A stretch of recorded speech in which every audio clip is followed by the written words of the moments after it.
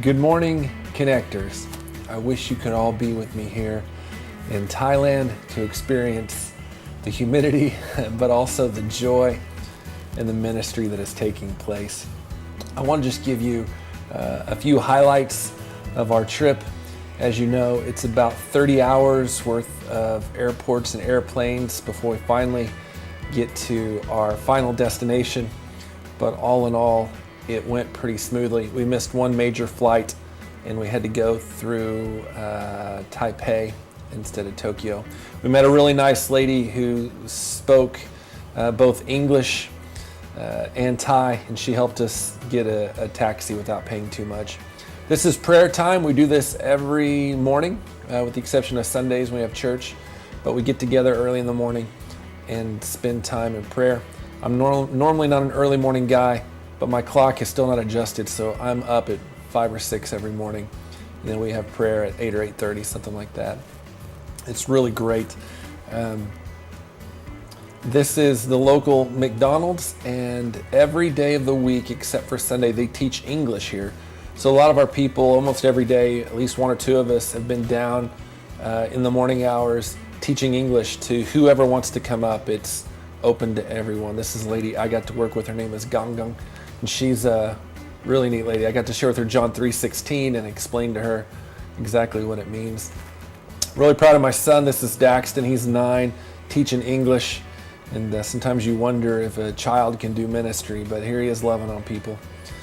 This is a lady Jeremy's been working with, and she remembered him.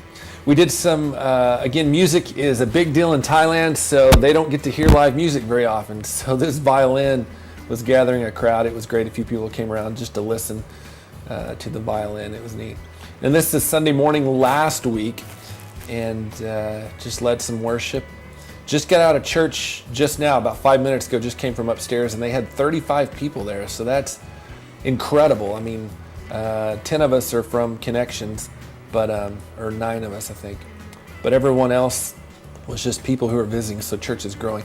This is probably the most incredible thing I've experienced in the last, I don't know how many years of my life. This is the birth of a brand new church in Krabi. And in Krabi, there's about 50,000 people, and there are 5 churches. So easy math, 1 church for every 10,000 people.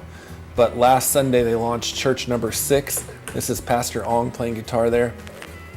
I can't wait to tell you more. He's going to be at a few of my sermons because this dude is amazing. Sometimes I complain about how tough it is to plant a church, but this dude's got a long road ahead of him, and he's doing amazing ministry. This is Jeremy. This guy next to him is Chris. He is from the States and speaks really great Thai, so he's been a great translator. You notice the cross in the house up there? Super rare. Lets everybody know that he's a Christian. So that's just a huge, I don't want to say it's a risk, but it's definitely not expected. And that big cross faces the road there where people can drive by and know that he's a Christian. So this is praise and worship. We got together a bunch of different people and just did some worship. This is a new friend of mine from Ireland. His name is James, and he plays guitar too. In fact, he's played guitar with some famous people, who's written some stuff that we, songs we do at Connections. So we had a great time of praise and worship. And this is clean up on the beach. This is my buddy Nathan picking up some trash. Oh yeah, way to go, Nathan. He's so funny.